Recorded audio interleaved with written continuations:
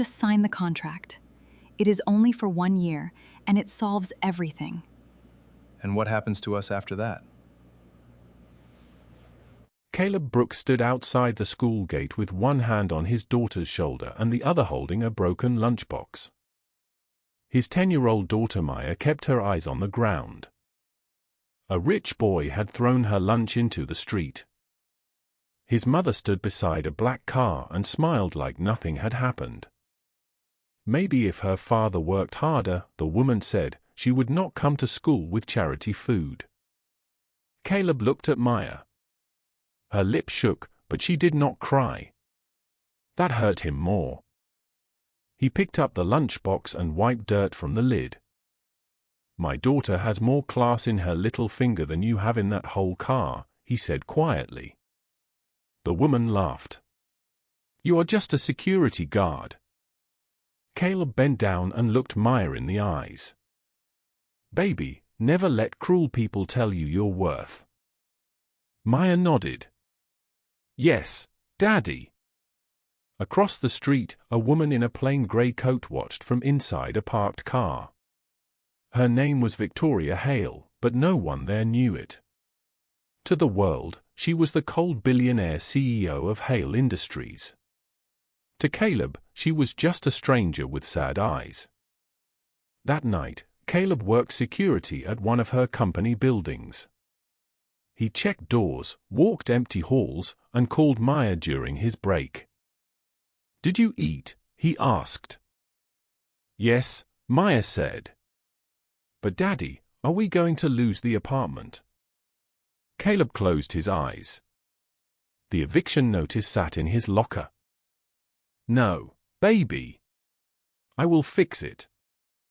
After midnight, he found the gray-coated woman standing alone in the lobby. Rain covered her hair. Her hands trembled around a folder. "You should not be here," Caleb said. She looked at his badge. "Caleb Brooks." He stepped back. "How do you know my name?" "I saw you today. At the school." Caleb's face hardened. "If you came to pity me, save it." "I came to ask for help." He almost laughed. "Lady, I make $17 an hour." She walked closer and lowered her voice. "I need a husband." Caleb stared at her. "For 1 year," she said. "A legal marriage. Public enough to stop my enemies. Private enough to protect your daughter." Caleb shook his head. "You are crazy." Victoria opened the folder. Inside was his eviction notice, Maya's school bill, and a photo of a man following them. Caleb's blood turned cold. Victoria whispered, "Say no if you want. But that man is not watching you because of rent." Caleb did not sleep that night. At 6 in the morning, he sat across from Victoria in a small diner near the bus station. She wore no jewelry, no makeup, no bodyguard. But every person who passed seemed to feel her power. "Who is the man in the photo?" Caleb asked. "My stepbrother, Grant." "Why is he following my child?" Victoria looked down at her coffee. "Because he thinks you have something I need." Caleb leaned forward. "I do not play games with my daughter." "Neither do I." For the first time, her voice cracked. "My father died 3 weeks ago. His will says I keep control of Hale Industries only if I prove I have built a stable family before the final board vote." Caleb frowned. "That sounds foolish." "It was not about marriage," she said. "It was about trust. My father believed Grant would destroy the company if he gained power. So you picked me." Victoria slid a photo across the table. It showed Caleb years ago in an army uniform, holding a little girl at a flood rescue site. "You saved my niece during Hurricane Ilara," she said. You carried her 2 miles through water. You never asked for money. You disappeared before reporters arrived. Caleb stared at the photo. That was a long time ago. To me, it was proof. Proof of what? That you protect people when no one is watching. Caleb looked out the window. Maya needed safety. He needed answers. But marriage to a stranger felt like walking into a fire. Later that day, Victoria met Maya at a public library. Caleb stayed close, ready to leave at the first wrong word. Maya studied Victoria carefully. Are you rich? Victoria blinked. Yes. Then why do you look lonely? Caleb nearly choked. Victoria smiled a little. Because money does not hug you back. Maya thought about that, then pushed a drawing toward her. It showed Caleb holding an umbrella over her in the rain.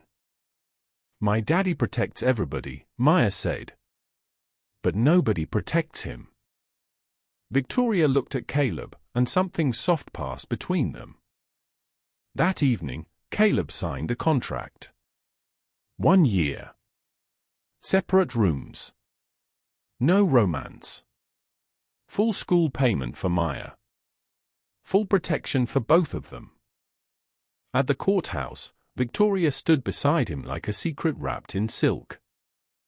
When the judge said, "You may sign," Caleb noticed Grant standing in the back row. Grant smiled and lifted his phone. Then Caleb received a text. Your wife just made you a target. The news broke before breakfast. Billionaire CEO marries security guard in secret ceremony. By noon, cameras filled the sidewalk outside Maya's school. Caleb held her hand tight as reporters shouted. Did she buy you? Are you using your daughter for sympathy? Maya squeezed his fingers. Daddy, why are they mad? Caleb bent down. Because some people fear stories they cannot control. At Hale Industries, the whispers were worse. Men in suits stared at Caleb like mud had walked onto marble floors. Women in pearls stepped aside like he carried shame. Victoria kept her chin high, but Caleb saw the pressure in her jaw. Grant waited in the boardroom with a smile. Welcome to the family, he said. Or should I say payroll? Caleb said nothing. Grant placed a file on the table. Before we vote, the board deserves to know who this man really is. Victoria's eyes narrowed. Careful. Grant opened the file. Caleb Brooks was discharged from the military after an incident involving missing emergency funds. The room went silent. Caleb's face changed. Victoria looked at him. Caleb. He stood slowly. That report was sealed. Grant smiled. Truth has a way of leaking. Caleb walked out before anyone could see his hand shake. In the hallway, Victoria caught him. Tell me it is not true. Caleb looked at the floor. Money went missing during a rescue mission. I was in charge of the supply truck. They blamed me. Did you take it? His eyes lifted. No. Then why did you leave? Because the real thief had power. And I had a newborn daughter who needed me alive. Victoria reached for his arm, but he pulled away. You said this was about trust, he said. But you did not trust me enough to ask before you looked hurt. That night, Caleb returned to his old apartment to get Maya's favorite blanket. The door was open. Drawers were dumped on the floor. Maya's photo had been taken from the wall. His phone rang. Unknown number. A man's voice said, "Leave Victoria by sunrise, or your daughter learns what fear really means." Caleb raced to the school. Maya was safe, but her teacher handed him an envelope left at the front desk. Inside was a military dog tag.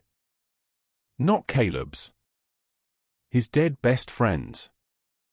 On the back, someone had scratched 3 words. Victoria knows everything. Caleb looked up and saw her car waiting across the street. For the first time, he wondered if his wife had been honest about anything. Caleb climbed into Victoria's car without a word. She looked at the dog tag in his hand and went pale. "Where did you get that?" "You tell me." Victoria told the driver to leave. Her voice was calm, but her fingers shook. "That belonged to Daniel Price," she said. Caleb's throat tightened. "He died saving my life." "No," Victoria whispered. "He died trying to expose Grant." Caleb stared at her. Victoria opened a hidden screen between the seats. A video appeared. Daniel stood in a dark storage room, bruised and afraid. "If this reaches Caleb," Daniel said on the recording, "tell him he was framed. Grant Hale used military relief funds to move stolen company money. I found the transfer records. If I disappear, look inside Hale Vault 7. Caleb could not breathe. "You had this?" he asked. "I found it after my father died," Victoria said. "I did not know how to tell you. Grant was already watching Maya. You let me think I was the shame." Tears filled her eyes. "I was wrong." Caleb turned away. "You asked me to be your husband, but treated me like a tool." Victoria nodded. "At first, yes. That honesty hurt more than a lie. But then I saw you with Maya. I saw you give your last $5 to a woman at the bus stop. I saw you stand between my company and a man who would burn it down. Caleb, I do not need a fake husband anymore. I need the truth beside me." Before he could answer, black cars blocked the road. Grant's men stepped out. "Drive," Caleb ordered. The driver panicked. Caleb jumped out, pulled Victoria with him, and ran through an alley behind an old theater. Cameras flashed in the distance. Sirens wailed. At Hale Industries, the board vote had already begun. Caleb entered with his shirt torn and Victoria beside him. Grant stopped speaking. "You are late," Grant said. Caleb placed Daniel's dog tag on the table. "No. You are finished." Victoria connected the video to the main screen. Daniel's voice filled the room. Then bank records appeared. Names. Dates. Transfers. Every lie had a receipt. Grant shouted, "This man is a criminal." Caleb stepped forward. "No. I was a father who stayed quiet to protect his child. Today I am done being quiet." The oldest board member stood. "Call the police." Grant lunged at Victoria, but Caleb caught his arm and pinned him to the table. Victoria looked at Caleb through tears. Then her phone rang. It was Maya's school. Victoria answered, and her face broke. Maya was gone. Caleb ran faster than he had ever run in war. Victoria followed in heels until one broke. She kicked both shoes off and kept running barefoot across the marble lobby. At the school, Maya's teacher cried at the gate. "She was here. A man said you sent him." Caleb's chest burned. "Where?" The teacher handed him a drawing Maya had dropped. It showed the old city bridge, the place where Caleb used to take her on Sundays. Caleb did not wait. At the bridge, Grant stood beside a black car with Maya in the back seat. She was scared, but she did not cry. Caleb had taught her to look for exits. She had one hand on the door handle. Grant held up his phone. Sign a statement clearing my name, or the girl leaves with me. Victoria stepped forward. Take me instead. Caleb looked at her. She did not look like a billionaire CEO now. She looked like a woman ready to give everything. Grant laughed. How touching. Maya suddenly kicked the car door open and screamed, "Daddy!" Caleb moved. He slammed into Grant, knocking the phone into the river. Police cars rushed onto the bridge. Victoria pulled Maya into her arms and wrapped her coat around her. Maya shook hard. I knew you would come. Caleb held her face. Always. 1 year later, the old bridge had new lights. Caleb and Maya stood there with Victoria as the city opened the Daniel Price Veteran Center, funded by Hale Industries. Caleb's record had been cleared. Daniel's family had received justice. Grant was in prison. Victoria had changed the company from the inside, closing every dirty door her stepbrother had opened. Maya tugged Victoria's sleeve.